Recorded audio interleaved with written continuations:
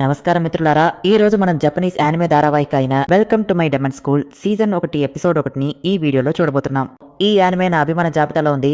దీని కథ చాలా అద్భుతంగా ఉంటుంది. దీనికి 2 పేర్లు ఉన్నాయి.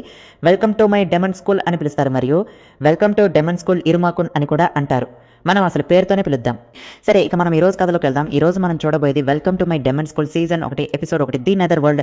ఇక్కడే రాక్షసులందరూ నివసిస్తుంటారు. వారిని రాక్షస రాజు పరిపాలిస్తాడు.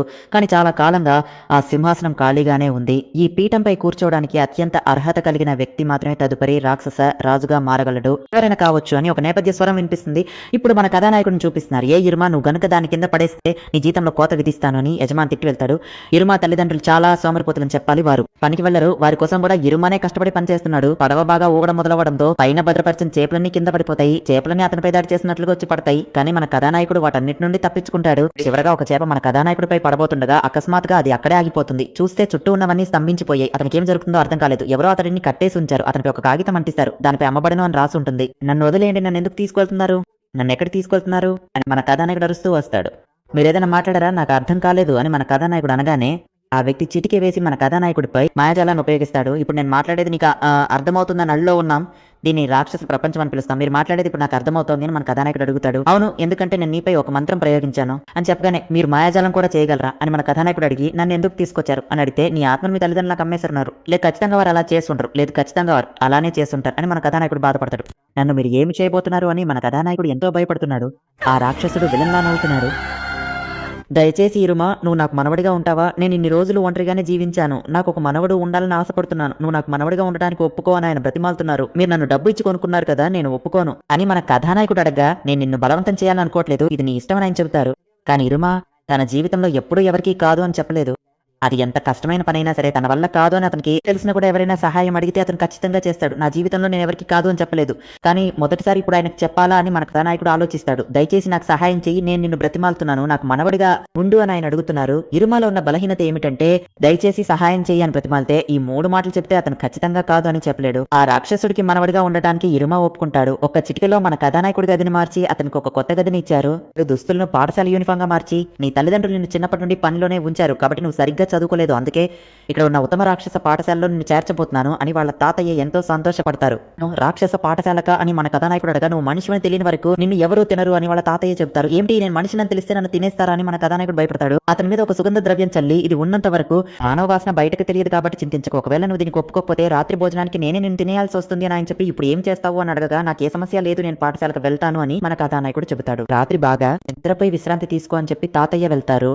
అయ్యా, మీరు అనుకుంటే ఆ రాక్షస లోకంలో ఎవరినైనా ఎంచుకోగలరు, కానీ ఎందుకు ఒక మనిషిని మీ మనవడిగా ఎంచుకున్నారు, మీరు అసలు ఏమి పథకం వేస్తున్నారు అని అడగా నేను ఎటువంటి పథకం వేయలేదు, నీకేం మెల్లగా అర్థమవుతుంది అని చెప్పి ఆయన అక్కడి నుండి వెళ్తారు. నాకంటూ ఒక ప్రత్యేక గది ఉందా, నేను దీన్ని నమ్మలేకపోతున్నాను, అంతా ఒక కలలా ఉంది అని అనుకుంటూ మన కథానాయకుడు నిద్రపోతాడు. మరుసటి రోజు ఉదయం మన కథానాయకుడు నిద్రలేచి చూసి ఇది కల కాదని తెలుసుకుని మన కథానాయకుడు ఆశ్చర్యపోతాడు. ఈరుమా నీ తాత సాలమని వచ్చేసానని చెబుతూ అతని తాత అతడిని మొదటి రోజు పాఠశాలకు తీసుకువెళ్తారు. ఇందులో ఏం రాస్తుంది అని మన కథానాయుడు అడుగుతాడు. అప్పుడు అతని తాత మంత్రశక్తిని ఉపయోగించగానే మన కథానాయకుడికి అది ప్రవేశోత్సవం అని అందులో ఉన్నవన్నీ అర్థం కావడం ప్రారంభమవుతుంది. మన కథానాయకుడితో కలిసి ఆ తాత ఛాయాచిత్రం తీసుకుని ఎంతో సంతోషిస్తారు. మీ పేరు ఆపరా కదా, పాఠశాల ఎక్కడ ఉంది అని మన కథానాయకుడు అడిగినప్పుడు అదిగో అక్కడ ఉంది అని ఆయన చూపిస్తారు. ఇప్పుడు ఆ పాఠశాల మనకు చూపిస్తున్నారు. విద్యార్థులు అందరూ ఎగురుకుంటూ పాఠశాలకు వస్తున్నారు. అది రాక్షస పాఠశాల, రాక్షసలోకం కాబట్టి అందరు రాక్షసులు ఎగురుకుంటూ నేరుగా పాఠశాలకు వెళ్తున్నారు. ఆ పాఠశాలలో చాలా మంది విద్యార్థులు ఉన్నారు. సరే, నాకు సమయం అవుతుంది అని చెప్పి అతని తాత బయలుదేరుతారు. యజమాని ఇరుమా బాగా ఆనందించండి అని చెప్పి ఆపరాన్ని పంపిస్తాడు. అప్పుడు పాఠశాల ద్వారం వద్ద ఉన్న విద్యార్థి సంఘ సభ్యులు మన కథానాయకుడిని పిలుస్తారు. నేను మనిషిని తెలిస్తే నన్ను తినేస్తారేమో, ఒకవేళ కనిపెట్టేశారా అని మన కథానాయకుడు భయపడతాడు. నువ్వు కొత్తవాడివా, సభాభవనం ఈ వైపు ఉంది, అక్కడికి వెళ్ళు అని వారు పంపిస్తారు. అప్పుడు ఆ పాఠశాల దక్షిణ మన కథానాయకుడిని చూస్తుండగా ఏమైందని ఒకరు అడుగుతారు. ఏమీ లేదు అని ఆమె చెబుతుంది. చూస్తే ఆ పాఠశాలలో ఉపాధ్యాయుడిని ఒకడు దాడి చేస్తున్నాడు. ఈ పాఠశాల యొక్క ఉపాధ్యాయుడిని నేను ఓడిస్తే నేను చాలా బలవంతుడినని నాలో ఒక నమ్మకం కలుగుతుంది, దాన్నే నేను పరీక్షించి చూస్తున్నానని చెబుతూ ఉపాధ్యాయులపై అతడు దాడి చేస్తున్నాడు. రుచికరమైన ఆహారపు వాసన వస్తుంది అని మన కథానాయకుడి పక్కన కూర్చున్న రాక్షసులు అంటున్నారు. టీవీ ప్రోగ్రామ్ గురించి అమ్మాయిలు మాట్లాడుకుంటున్నారు. ఒక అమ్మాయి తల్లికి భయ చెప్తోంది. రాక్షస పాఠశాల మామూలుగానే ఉందని హీరో చూస్తున్నాడు. ఇప్పుడు టీచర్లు సమావేశమయ్యారు. ప్రార్థనా గీతం ఆలపించని వారు కోరగానే అందరూ లేచి నిలబడి పాఠశాల గీతాన్ని ఆలపిస్తారు.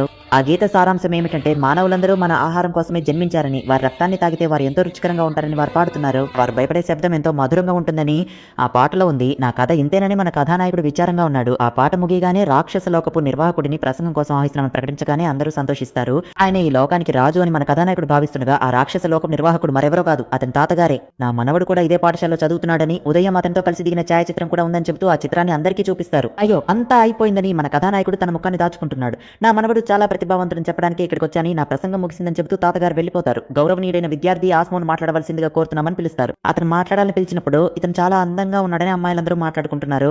క్షమించండి, చివరి నిమిషంలో ఒక చిన్న మార్పు జరిగిందని మాట్లాడటానికి కథానాయకుడిని ఆహ్వానిస్తామని పిలవగానే మన కథానాయకుడు ఒక్కసారిగా ఉలిక్కి పడతాడు. ఇదంతా నా తాతగారి పనే ఉంటుందని అనుకుంటూ మన కథానాయకుడు వేదికపైకి వెళ్తాడు. అతను ఎంత ధైర్యంగా నిలబడ్డాడో, కనీసం కన్నప్ప కూడా వేయడం లేదని అందరూ చర్చించుకుంటున్నారు. కానీ మన కథానాయకుడు భయంతో ఏం మాట్లాడాలో తెలియక నిలబడి ఉన్నాడు. కథానాయకుడు ఏం మాట్లాడాలో తెలియక నిలబడి ఉన్నప్పుడు అక్కడ ఎగురుతున్న ఒక ఇలా జరుగుతున్న నాకు అందుకే నీ తాతగారికి ఇది రాసించాను, దీన్ని మాత్రమే చదువు అని చెబుతుంది. మన కథానాయకుడు దాన్ని చదవడం ప్రారంభిస్తాడు. అది రాక్షస భాషలో ఉన్న ఏదో ఒక ప్రసంగంలా ఉంది. కథానాయకుడు చదవడం ప్రారంభించగానే అందరూ దిగ్భ్రాంతికి గురవుతారు. మన కథానాయకుడు దానిని కొంచెం కొంచెంగా చదువుతున్న కొద్దీ అందరిలో ఆశ్చర్యం పెరుగుతూనే ఉంటుంది.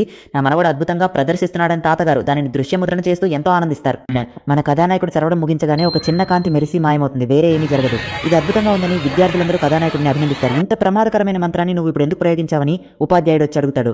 మంత్రమా అని కథానాయకుడు ఆశ్చర్యపోతాడు. దీన్ని నువ్వు పొరపాటుగా చదివి ఉంటే నీ శరీరం మొక్కలైపోయేదని, అందుకే ఇది నిషేధించబడిన మాయాజాలమని, అయినా నువ్వు అద్భుతంగా చేశావని ఉపాధ్యాయుడు అభినందిస్తారు. అయ్యా నేను చేసిన ఈ మంత్రం వల్ల ఏం జరుగుతుంది అని కథానాయకుడు అడుగుతాడు. ఈ మంత్రం వల్ల ఈ రోజంతా నువ్వు అడుగు జారి కింద పడవు అని సమాధానమిస్తారు. కేవలం దానికోసం ఇంత ప్రమాదం కొని తెచ్చుకున్నానని కథానాయకుడు ఆలోచించి సరే అని వెళ్తాడు. నేను గౌరవంగా ప్రసంగించాల్సిన చోట నువ్వు కథానాయకుడివి అయ్యావని ఆస్మో అంటాడు. అలా చెప్పి ఇప్పుడు ఆస్మోడియస్ మన కథానాయకుడితో పోరాటానికి వచ్చాడు. మన కథానాయకుడు భయంతో వణికిపోతున్నాడు. వీరి పోరాటాన్ని చూడటానికి పాఠశాల మొత్తం అక్కడికి వచ్చింది. గౌరవప్రదమైన విద్యార్థిగా ఉండాలంటే నువ్వు నాకంటే శక్తివంతుడివై ఉండాలి, నువ్వు దానికి అర్హుడివో కాదో నేను తెలుసుకోవాలని మన కథానాయకుడిపై దాడి చేయడం ప్రారంభిస్తాడు.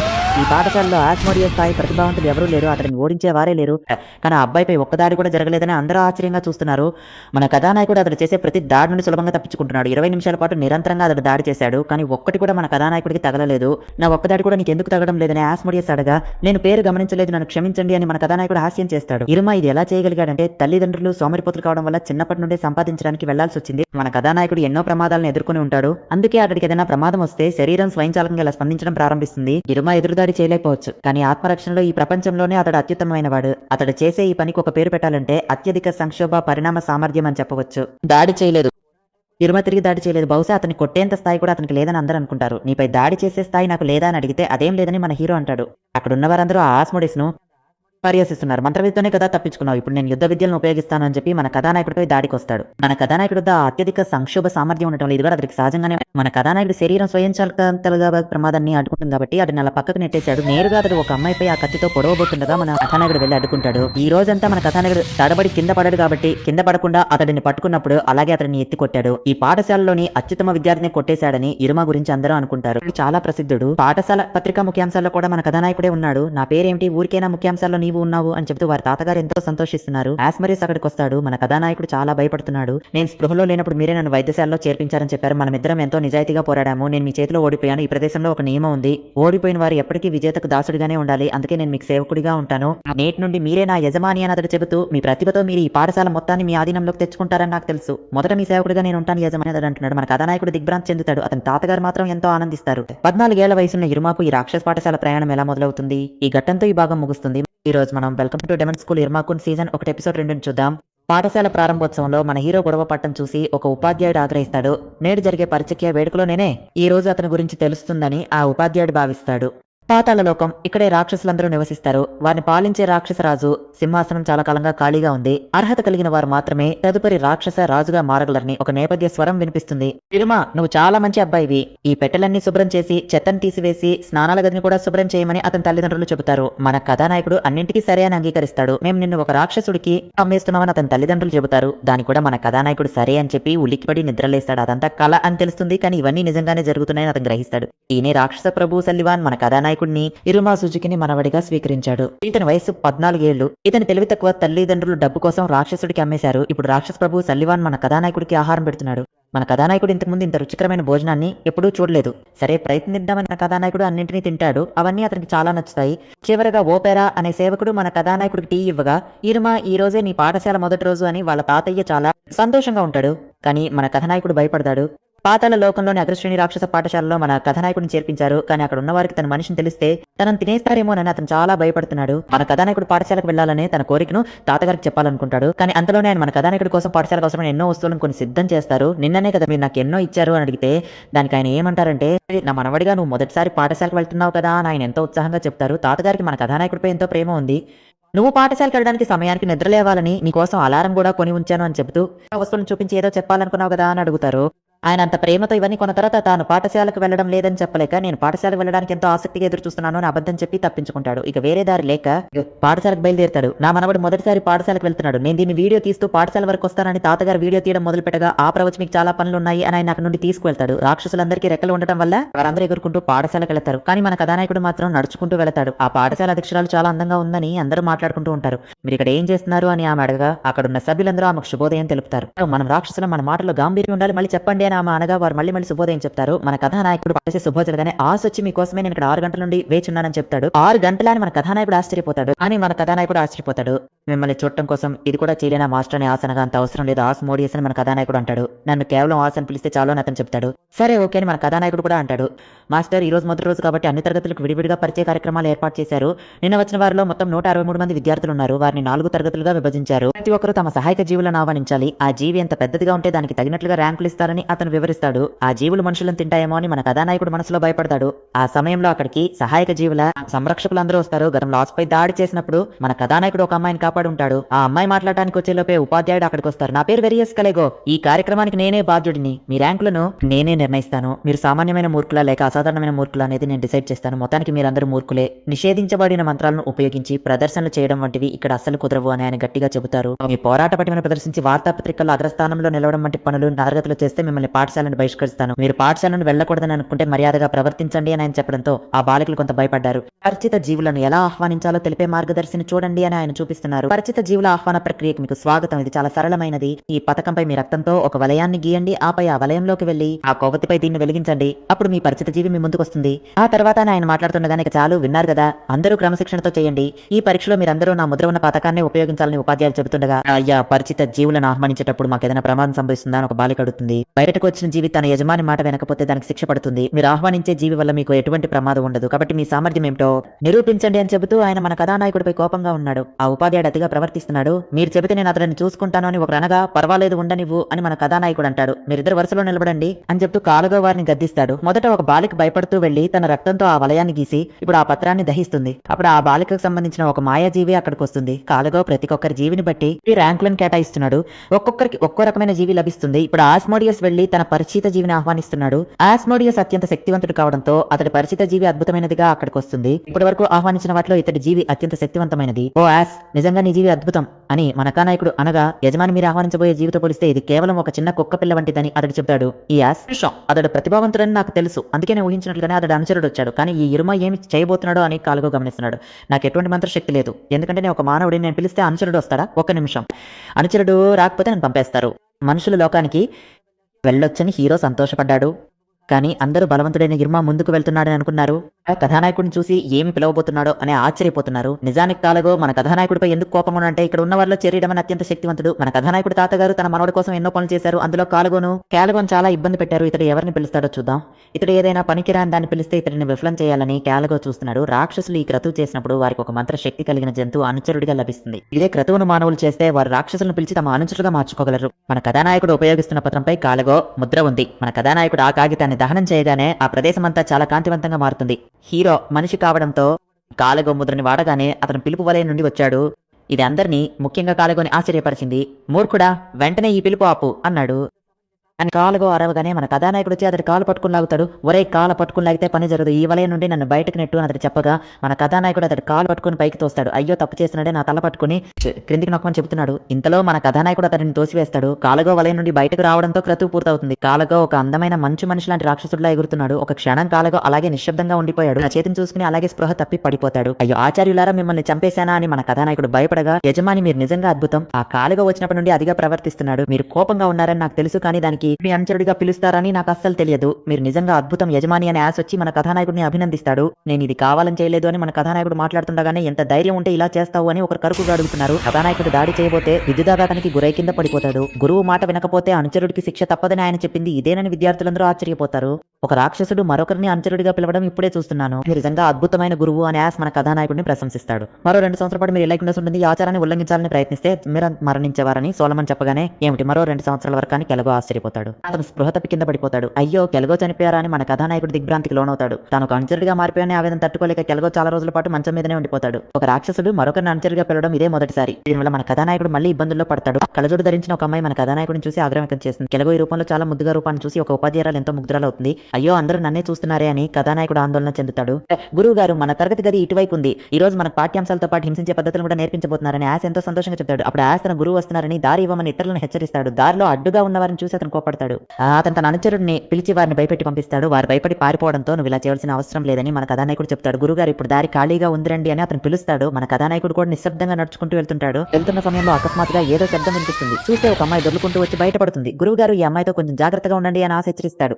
హే నువ్వే కదా ప్రసిద్ధ ఇర్మా, నా పేరు క్లారా. నా అనుచరుడు నాతో ఆడుకోవాలని ఆశపడింది. ఆ పెట్టలన్నింటినీ పేర్చి నన్ను ఒక బంతిలాగా విసిరింది. మళ్ళీ వెళ్ళి నన్ను విసరమని ఆ అమ్మాయి పాట పాడుకుంటూ ఆ పెట్టలన్నింటినీ అమర్చుతోంది. మన కథానాయకుడు ఆ అమ్మాయిని ఆశ్రయిస్తే చూస్తాడు. ఈ ఘట్టంతో ఈ భాగం ముగుస్తుంది. ఇప్పుడు మనం చూడబోయేది welcome to demon school Iruma kun season 1 episode 3. పాతాళ లోకం. ఇక్కడే రాక్షసులందరూ ఉంటారు.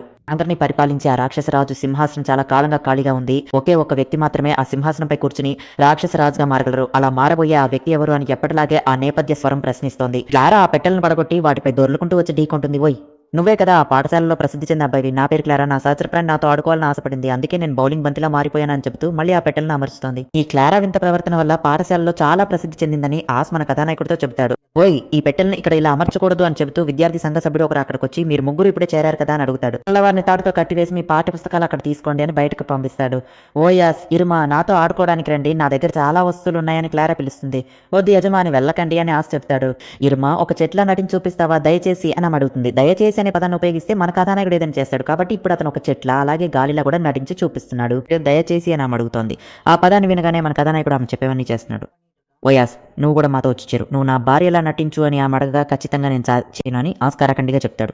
కేవలం వచ్చి పాల్గొను వినోదంగా ఉంటుందని మన కథానాయకుడు చెప్పడంతో అతను కూడా సరైన ఆట మొదలు పెడతాడు. ఆమె ఒక భార్యలా చక్కగా నటిస్తుంది. సంబంధం లేకుండా గొడ్డలు తీసుకుని అతన్ని అంతం చేయడానికి ప్రయత్నిస్తుంది. ఎందుకు ఇలా చేస్తున్నావా అని అడిగితే వినోదంగా కదా అని చెబుతూ ఆమె చేస్తూ ఉంటుంది. ఆ తర్వాత అదనపు పాత్రలు కావాలని ఆ చెప్పులనే ఒక పాత్రగా అక్కడ పెడుతుంది. ఆహారం పేరుతో ఏదో ఒకటి వండి పెడుతుంది. యాస్ స్వీట్ పై స్వారీ చేస్తుంది. యాస్ నువ్వు బాగానే ఉన్నావా అని మన కథానాయకుడు అడిగినప్పుడు నాకేమీ కాలేదు గురువు గారు అని చెబుతూ అతనికి నొప్పిగా ఉన్నా లేనట్లు నటిస్తాడు. అప్పుడు ఒక పుస్తకంతో ఆమె వెంటాడుతున్నప్పుడు మన కథానాయకుడు భయంతో పరిగెత్తుతూ ఒక ప్రదేశాన్ని చూస్తాడు. పాఠశాలలోని ఈ ప్రదేశాన్ని ఎందుకు మూసివేసి ముద్ర వేశారు అని కథానాయకుడు ఆలోచిస్తాడు. క్లారాతో ఆడి మన కథానాయకుడు మరియు అలసిపోతారు. నాకు చాలా అలసటగా ఉంది, మనం కాసేపు విశ్రాంతి తీసుకుందామని మన కథానాయకుడు అడుగుతాడు. నీరు తాగు, అల్పాహారం తీసుకొని చెబుతూ ఆమె తన జేబును తట్టి వాటిని తెప్పిస్తుంది. అవును ఇది ఏమిటి అని మన కథానాయకుడు అడగగా ఇది నా కుటుంబం యొక్క ప్రత్యేక విద్య. ఈ జేబును ఉపయోగించి ఇంతకు ముందు నేను చూసిందేనైనా నేను తెప్పించగలను అని ఆమె చెబుతుంది. పిల్లలు ఆమెను పిలిచి నువ్వు చాలా మంచి అమ్మాయివి, మాకు పానీయాలు కావాలని అడగగా ఆమె తన తండ్రి ద్వారా వాటిని ఇస్తుంది. సరైన వారు అక్కడి నుండి వెళ్ళిపోతారు. అవును వారు ఎవరు అని మన కథానాయకుడు అడగగా నేను నా తండ్రి ద్వారా వారికి సహాయం చేస్తే వారు చాలా సంతోషిస్తారు, కొన్నిసార్లు నాతో ఆడుకుంటారని ఒక గత స్మృతిని చెబుతుంది. ఆమె వద్ద అల్పారం తీసుకుని ఇదిగో దీనిని పట్టుకో అని చెప్పి ఒక కుక్కలా ఆమెను తిప్పుతారు. మరొకసారి వారు క్లారా వద్దకు వచ్చి అల్పారం తీసుకుని సరే మనం ఏదో ఒక ఆట ఆడదాం, నువ్వు 50,000 వరకు లెక్క పెట్టి మమ్మల్ని వచ్చి వెతుకు అని చెప్పి అక్కడి నుండి వెళ్ళిపోతారు. నిజానికి ఇది విన్నప్పుడు వారు నిన్ను అని మన కథానాయకుడు చెప్పబోయే లోపే నిజానికి నువ్వే నాతో మొదటిసారి ఆడుకున్నావు, మనం మళ్ళీ ఆడుకుందామా అని క్లారా అడగా ఈ రోజు వద్దు మరొక రోజు ఆడుకుందామని మన కథానాయకుడు చెబుతాడు. వద్దు అని యాస్ చెప్తాడు. నిన్ను కూడా ఈ ఆటలో చేర్చుకుంటాను యాస్ అని చెప్తూ ఆమె హాస్యం చేస్తుంది. ఆ హెచ్చరిక శబ్దం వింటేనే నాకు గుండెపోటు వచ్చేలా ఉందని చెబుతూ మన కథానాయకుడు పాఠశాలకు బయలుదేరతాడు. పాఠశాల అతనికి బాగా అలవాటైపోయిందని ఆబ్రా చెప్పగా నా మనమని చూస్తే నాకు గర్వంగా ఉందని చెబుతూ వారి తాతగారి కన్నీరు పెట్టుకుంటారు. ఇదిగో నా దగ్గర బొమ్మలు ఉన్నాయి, అది ఉంది ఇది ఉంది అని చెప్తూ చాలా వస్తువులు తీసి ఇప్పుడు వారితో క్లారా సంతోషంగా ఆడుకుంటోంది. ఎదుగుండి మీరు అలసిపోయి ఉంటారని పానీయాలు ఇస్తుంది. మన కథానాయకుడు అడగకపోయినా అతనికి చాలా తినుబండారాలు ఇస్తుంది. వారితో సరదాగా ఆడుకుంటున్నానని క్లారా భావిస్తుండగా వెళ్తున్నప్పుడు ఆ ముగ్గురు చెప్పే మాటలను ఆమె వింటుందా. ఆ ఇద్దరు నిజాయితీ గల విద్యార్థులు వారు ఆ మూర్ఖుడితో ఎందుకు మాట్లాడుతున్నారు, వాడు మానసిక రోగిని అర్థం చేసుకుని త్వరలోనే ఆ ఇద్దరు వాడిని వదిలేస్తారు. మనం ఆమె డబ్బును వాడుకుని మనకు కావాల్సిన తినుబండారాల కోసం ఆమెను ఉపయోగించుకోవచ్చు అని చెబుతూ వారు నవ్వుకుంటారు. ఇదంతా క్లారా తన చెవులతో వింటుంది. ఇది నాకేమి కొత్త కాదు అని అనుకుంటూ ఆమె అక్కడ నుండి బయలుదేరుతుంది. పొదల నుండి అకస్మాత్తుగా వచ్చి మన కథానాయకుడు ఆమెను భయపెట్టి ఏ యాగు ఇదిగో నీకు పానీయాలు కావాలా, నీకు చాలా తినుబండారాలు అవసరం అవుతాయని చెబుతూ వాటన్నింటినీ ఆమెకిచ్చి ఇదిగో తీసుకో, నువ్వు మళ్ళీ నాతో ఆడుకుంటావా, నువ్వు అలా ఆడితే నీకు ఇంకా ఏమి కావాలో అని ఆమె అడగబోతుండగా నాకు ఏమీ వద్దు అని మన కథానాయకుడు చెప్తాడు. ఈ భోజనపు పుల్లలతో తిని చూడు బాగుంటుంది అని ఆమె చెబుతుంది. నన్ను క్షమించు క్లారా, నాకు ఇవేమీ వద్దు అని మన కథానాయకుడు చెప్పగానే ఆమె ఏడవడం మొదలు పెడుతుంది. క్లారా నేను ఏమి తప్పుగా చెప్పాను, ఎందుకు ఏడుస్తున్నావు అని మన కథానాయకుడు అడగా నాకు ఎప్పుడు ఇలాగే జరుగుతుంది, అందరు నాతో కొద్ది రోజులుండి ఆ తర్వాత వెళ్ళిపోతున్నారు, వారు కోరుకున్నవన్నీ నేను వారి కోసం ఇస్తున్నాను కదా అని చెబుతూ ఆమె ఏడుస్తుంది. ఇక్కడ చూడు క్లారా, నాకు ఇలాంటి వస్తువులు ఏవి అవసరం లేదు, నువ్వు ఇలాంటి వస్తువులు ఇస్తావని నేను నీతో ఆడుకోవడం లేదు, నీతో ఆడుకుంటున్నప్పుడు నాకు చాలా సరదాగా అనిపించింది అని మనవాడు చెప్పగా నిజమే చెప్తున్నావా అని అడుగుతుంది. నువ్వు నాకు ఇప్పటికే చాలా విషయాలు ఇచ్చావు, కానీ నువ్వు ఇచ్చిన వాటికంటే నీతో ఆడుకోవడమే అదే నాకు చాలా ఆనందాన్ని ఇచ్చింది. నాకు అది ఎంతో నచ్చింది. చాలా వినోదభరితంగా అనిపించింది. మళ్ళీ ఆ కథానాయకుడు ఆమెను అడిగేసరికి నాకు ఎంతో సంతోషం కలిగింది. ఇప్పటివరకు నేనే ఇతరులను అడుగుతూ వచ్చాను. కానీ మొదటిసారి ఒకరు నాతో ఆడుకుంటానని అడిగారు అని చెప్తూ ఆమె ఎంతో ఉత్సాహానికి లోనవుతుంది. అప్పుడు ఆ ముగ్గురు అబ్బాయిలు వచ్చి హే క్లారా మాకు పానీయాలు కావాలి అని అడగడంతో ఇదిగో వచ్చేస్తున్నాను అని చెబుతూ ఆమె తన శక్తులను ఉపయోగించి ఒక విక్రయ యంత్రాన్ని వాటి తల మీద వేసి ఇందులో నాణేలు వేయండి మీకు కావాల్సిన పానీయాలు వస్తాయని చెప్పి వారిని అక్కడి నుండి పంపిస్తుంది. గురువు గారు ఆ 3 అబ్బాయిలపై క్లారాకి ఎటువంటి ఇబ్బంది కలిగించారు నేను చూసుకున్నాను అని ఆశ చెప్తాడు. సమస్యను నువ్వు వారితో మాట్లాడి పరిష్కరించావా అని మన కథానాయకుడు అడగగా అవును అతను సమాధానం ఇస్తాడు. కానీ అతని చొక్కా మరకలు అసలు విషయం చెబుతాయి. ఇంతలో క్లారా జిగట బంతిని ఏస్ మీద విసిరి ఆగు ముగ్గురం ఆడుకుందామంటూ అందరిపై విసరడం మొదలు పెడుతుంది. పాపం మన హీరో జరగదు కాబట్టి అతను వాటన్నిటి నుండి తప్పుకుంటాడు. ఆస్మోడియస్ అయితే ఆ జిగట బంతులతో పూర్తిగా తడిసిపోయాడు. ఇలా వీరెంతో ఆనందంగా ఆడుకుంటారు. ఈ విధంగానే ఇరుమాకు ఆ రాక్షస లోకంలో తన 2వ స్నేహితురాలు కూడా లభిస్తుంది మన కథానాయకుడిని పిలవడానికి. వారిద్దరూ మరుసటి రోజు అతని ఇంటి ముందే వచ్చి నిలబడతారు. పాఠశాలలో అప్పుడే నీకు 2 స్నేహితులు దొరికారా అని వారి తాతగారు అడగగా వారిని స్నేహితులను పిలవాలో లేదో నాకు తెలియదు.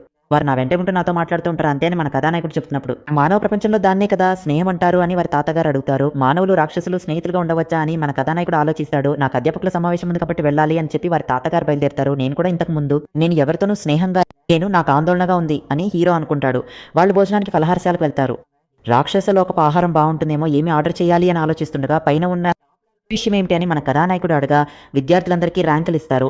అందులో మనం ఏ ర్యాంకులో ఉన్నామో ఆ ఆహారాన్ని మాత్రమే ఆర్డర్ చేయగలం. మనకి ఇంకా ర్యాంకులు ఇవ్వలేదు కాబట్టి కింద ఉన్న వీటిని మాత్రమే మనం ఆర్డర్ చేయగలము అని ఆశ చెప్తాడు. ఒక దుకాణం కూడా ఉంది కానీ ఫలహారశాలలో ఆహారం విద్యార్థులకు ఉచితమే. దేనిని ఎంచుకోవాలో తెలియకపోవడంతో ఆ స్థానే ఎంచుకుని తీసుకొస్తాను అని చెప్పి మన కథానాయకుడు తీసుకొచ్చిస్తాడు. అప్పుడు చూస్తే చాలా ఆహారాన్ని మేజపై తీసుకొచ్చి పెడతారు. భోజనం ఈ మేజపై ఉంచమని చెప్పారని సేవకుడు అనగా అది ఎవరు చెప్పారని ఆశ అడుగుతాడు. క్లారని ఇబ్బంది పెట్టిన వారిని ఆశ వెళ్ళి కొట్టి ఉంటాడు. వారే పగ తీర్చుకోవడానికి ఇలా చేస్తుంటారు. యజమాని ఇప్పుడే దీన్ని ఇక్కడ నుండి తీసుకెళ్ళమని చెబుతానని ఆశ అంటుండగా వెనక్కి తిరిగి చూస్తే మన కథానాయకుడు భోజనం అంతా పూర్తి చేసుంటాడు. అందరూ ఆశ్చర్యపోతారు. యజమాని ఇదంతా ఎలా తిన్నారు అని ఆశ అడుగుతాడు. ఎందుకు నేను తినకూడదా కావాలంటే ఇదంతా బయటకు తీయనా అని మన కథానాయకుడు అడుగుతాడు. పర్వాలేదు ఉండనివ్వు అని ఆశ చెప్తాడు. మన కథానాయకుడికి భోజనం వడ్డిస్తూనే ఉన్నారు. వంటవాడు వండి పెట్టలేక స్పృహ తప్పి కింద పడిపోతాడు. మన కథానాయకుడు ఒక్కడే అంతా తినేశాడు. దుకాణదారుడు వచ్చి ఇతడిని మర్యాదగా ఇక్కడ నుండి తీసుకెళ్ళండి ఇతడు నా దుకాణంలో దొంగతనం చేస్తాడు. ఇతడు మళ్ళీ ఈ దుకాణం వైపు వస్తే బాగుండదు అని ఆయన మాట్లాడుతుంటాడు. వారం రోజులు సెలవు పెట్టి ఇప్పుడే పాఠశాలకు వచ్చాను. ఏ విద్యార్థి సమస్య సృష్టిస్తున్నాడు అని కలిగి అక్కడికి వచ్చి చూసి మన కథానాయకుడిని చూడగానే దిగ్భ్రాంతి చెందుతాడు. ఆచార్యులు బాగున్నారా అని అడగగా ఒరే నా ఆరోగ్యం పాడవడానికి కారణం నువ్వే కదా అని కలేగో తిడతాడు. నిన్ను ఆవాహన చేయడానికి ఎప్పుడైనా ప్రయత్నిస్తే అంతే సంగతి అని ఆయన తిడుతుంటే సరే నేను చేయను అని మన కథానాయకుడు చెప్తాడు. సరేనండి ఏమిటి సమస్య అని కలేగో అడగగా అయితే మీరే ఇరుమా యొక్క ఆవాహన శక్తిగా నా కోసం ఒకసారి మారి చూపండి అని క్లారా అడుగుతుంది. ఇలాంటి ప్రవర్తన గల వ్యక్తులను కలేగోకు అస్సలు నచ్చదు. అందుకే ఆయన అక్కడ నుండి వెళ్ళిపోతాడు. మీరే కదా ఇరుమా ఆవాహన శక్తిలా మారి చూపండి అని అంటుంది. కలేగో ఇరుమా ఆవాహన శక్తిగా మారుతున్నారా అని విద్యార్థులందరూ చూస్తున్నారు. హే ఇరుమా నీ పక్కన ఉన్న ముద్రను తీసుకుని నీ చేతికి అంటించుకోనని చెప్తుంది. మన కథానాయకుడు కూడా అంటించుకుంటాడు. అంటించగానే కలేగో చిన్నగా మారిపోతాడు. అంటే ఇది నిజమే అన్నమాట అని విద్యార్థులందరూ ఆశ్చర్యపోతారు. కథానాయకుడు చేతికి అంటించింది ఒక ఆవాహన ముద్ర కావడంతో ఆయన అలా మారిపోతాడు. ఓ ఇరుమా నువ్వు చప్పట్లు కొట్టు నేను మళ్ళీ సాధారణ స్థితికి వస్తానని కలేగో అంటుండగా మన హీరో చప్పట్లు కొట్టే లోపే నా దుకాణంలో దొంగతనం చేస్తున్నారా అని ఆ యజమాని మన హీరోపై దాడి చేస్తాడు. ఈ ముద్ర కూడా ఆయన దుకాణంలోని వస్తువే అని చెప్తూ ఆ కథానాయకుడు మరియు అతని స్నేహితులు పరిగెత్తారు. నువ్వే దీనికి డబ్బు చెల్లించాలి అని కలేగోను ఆయన పట్టుకుంటాడు. ఇది చాలా బాగుంది కదా అని క్లారా ఆనందిస్తుంది. ఆ దుకాణం నుండి ఐస్ క్రీమ్ కూడా ఆమె దొంగిలించి తీసుకొచ్చింది. సరే మనం తర్వాత వెళ్లి డబ్బు చెల్లిద్దామని చెప్పి మన కథానాయకుడు వారితో కలిసి ఐస్ క్రీమ్ తింటూ వారితో కలిసి ఆనందంగా గడపడం గురించి ఆలోచిస్తూ స్నేహం అంటే ఇలాగే ఉంటుందేమో అని అనుకుంటూ నేను మిమ్మల్ని ఒకటి అడగాలి అని అంటాడు. మీరు నాతో స్నేహితులుగా ఉంటారా అని మన కథానాయకుడు అడగానే వారిద్దరు ఆశ్చర్యపోయి నిలబడ్డారు. స్నేహితుడు అంటే ఏమిటని వారు అడిగారు. రాక్షస లోకంలో ఉండే వారికి స్నేహం అంటే ఏమిటో తెలియదు కాబోలని మన కథానాయకుడు ఆలోచించగా స్నేహం అంటే ఏమిటో చెప్పండి వారు అడుగుతున్నారు. ఎల్లప్పుడూ మీతో ఆనందంగా గడుపుతూ జీవితంలో ముఖ్యమైన వ్యక్తులుగా ఉంటారు. దాదాపు మీరిద్దరు నా స్నేహితులే అని మన కథానాయకుడు చెప్పగా అలాగైతే నేనే మొదటి స్థానంలో ఉంటానని క్లారా అంటుంది. లేదు యజమాని నేనే ఫస్ట్ అని వాళ్ళు గొడవ పడుతుంటే హీరో మీరిద్దరు నాకిష్టమే అన్నాడు. ఇర్మాకి 2 మంచి ఫ్రెండ్స్ దొరికారు. ఇంతటితో ఈ మీటింగ్ ముగిసింది. విద్యార్థులకు ఏ తరగతులు అనే ప్రణాళికను సిద్ధం చేశారు. వాలిక్ అస్మోడియస్ ఇరుమా వీరు ముగ్గురు సరిపడని తరగతికి చెందిన వారే అని రాక్షస ప్రముఖుడు సాలమన్ అంటే మన హీరో తాత చెబుతాడు. ఈ ఘటనతోనే ఈ ముగుస్తుంది. ఆ రాక్షస లోకంలో మన కథానాయకుడి తాత ఒక ఉన్నత పదవిలో ఉన్నారు. మరియు మన కథానాయకుడిని అతనితో ఉన్నవారిని సరిపడని తరగతిలో వేయమని చెప్పింది వారి తాతగారే. ఇది ఎందుకు జరుగుతోంది ఏమి జరుగుతోంది అనేది రాబోయే భాగాల్లో చూసి తెలుసుకోండి.